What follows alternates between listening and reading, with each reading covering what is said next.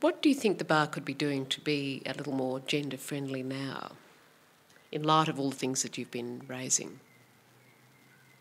I raise this because, for example, I know at the Victorian Bar, childcare arrangements have been a subject of some contention, or were in the 90s when the Women Barristers Association down there was first formed, having a room where women could go if they wanted to feed their children, for example.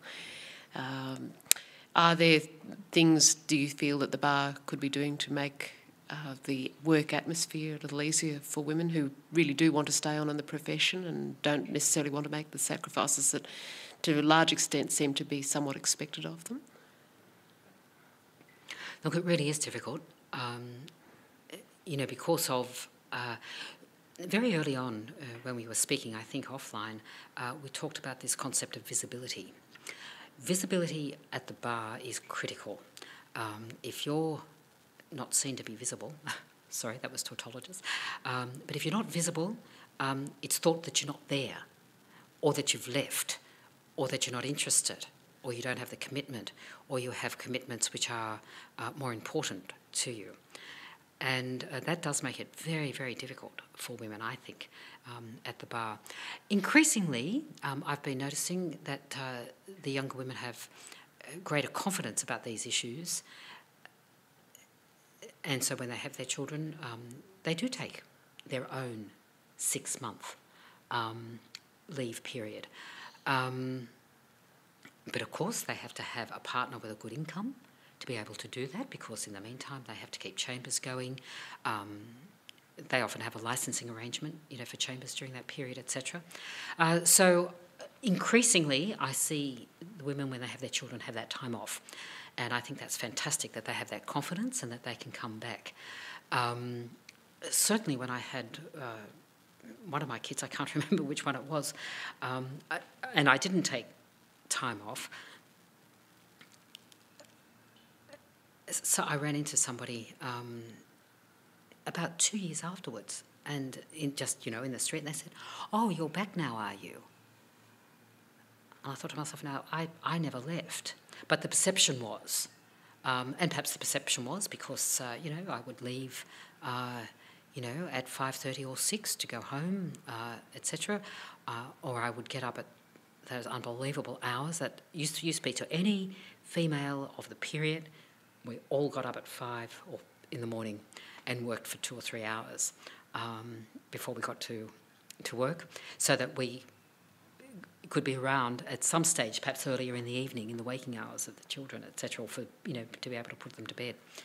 I just don't know anyone who didn't do that at some stage in their career. But I just think the women now have the confidence, and I think that has come with the greater numbers at the bar, I'm sure. One of the problems that I think still faces women in this area is that if women get or are seen to be given a benefit, quite often men seem to question it. Well, if they have that, why shouldn't we have this benefit? I think the maternity leave was the huge issue about that. In a lot of the talks I've given, I've tried to encourage the men not to treat it as a benefit for women, but to understand how that's a benefit or a type of benefit that might be able to be used for themselves. So I say to them, if you want time out in your professional career, why don't you take it? You can take it to have some months off with your children. You can take it, to go and just, rejuvenate, regenerate, and go into a course, that you might have always wanted to do, perhaps in a law subject which is not a legal subject. So I've always tried to encourage them to view these supposed benefits that women are getting in quite a different way, and saying, yes, everybody should have benefits. How they use those benefits should be a matter for the individual, rather than having this extraordinary jealousy that seems to come around it. But you get that in every sphere. You look at health issues, for example. When women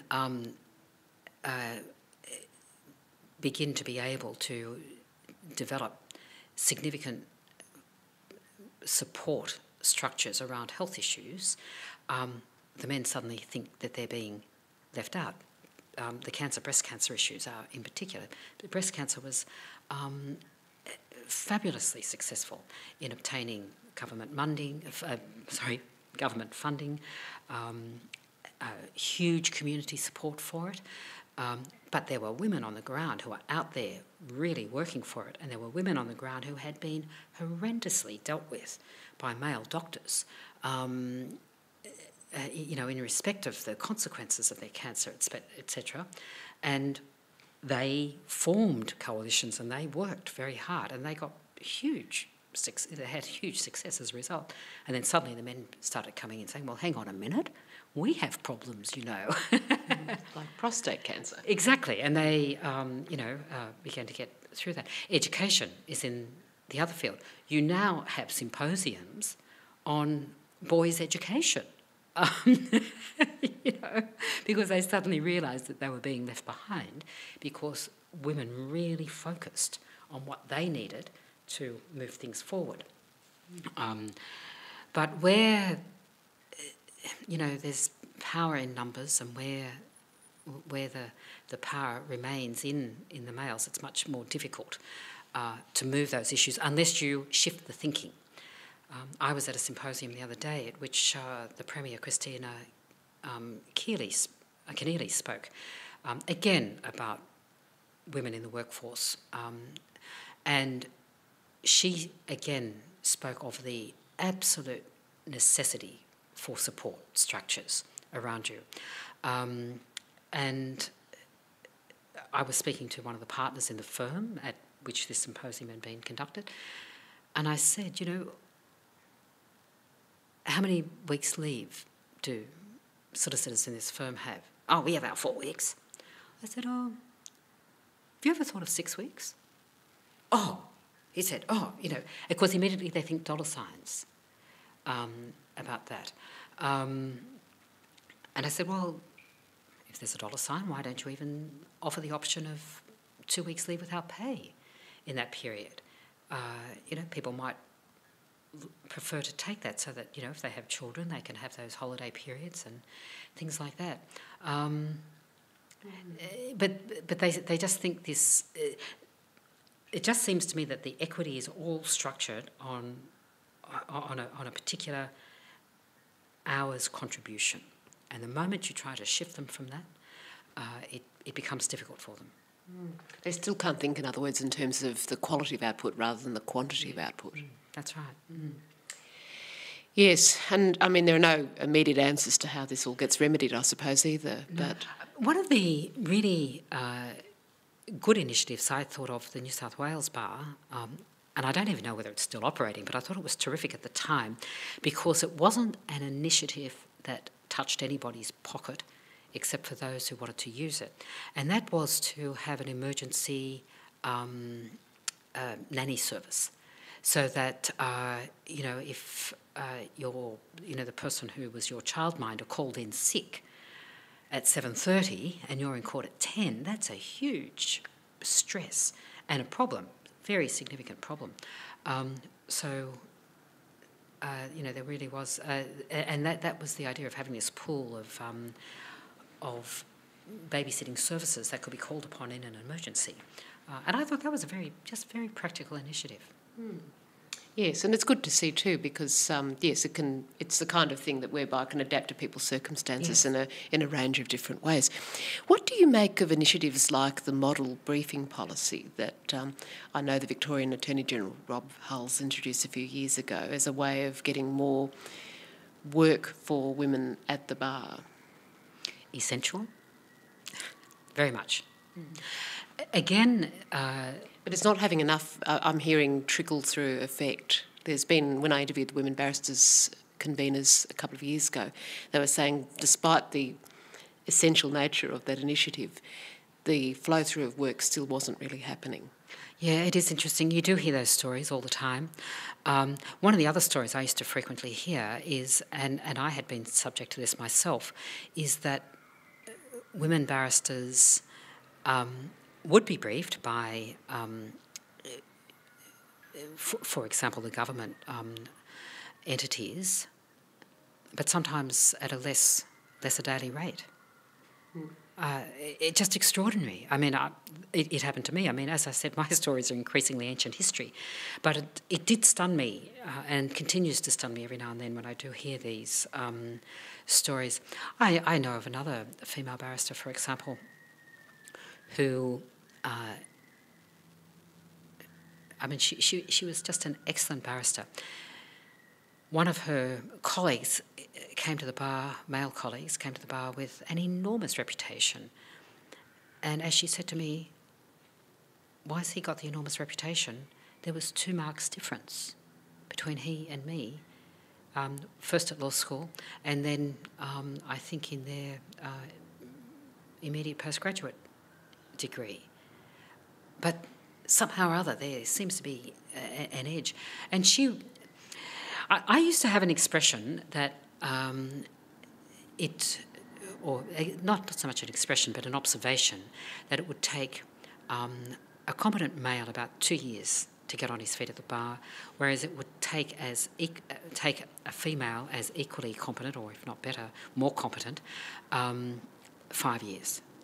And I put that out there maybe half a dozen years ago, and I still got some assent to that proposition. Joan Rosenove, the first woman QC in Victoria, in 1965, interviewed at that time, would have definitely agreed with you. She said that there was no doubt that a woman had to be very, very, very patient.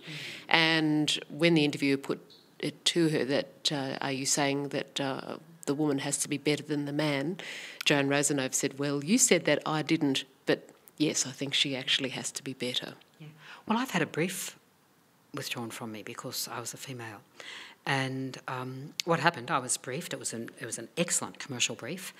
And I had started to work on it. And then all of a sudden, I got a telephone call that I was to return the brief.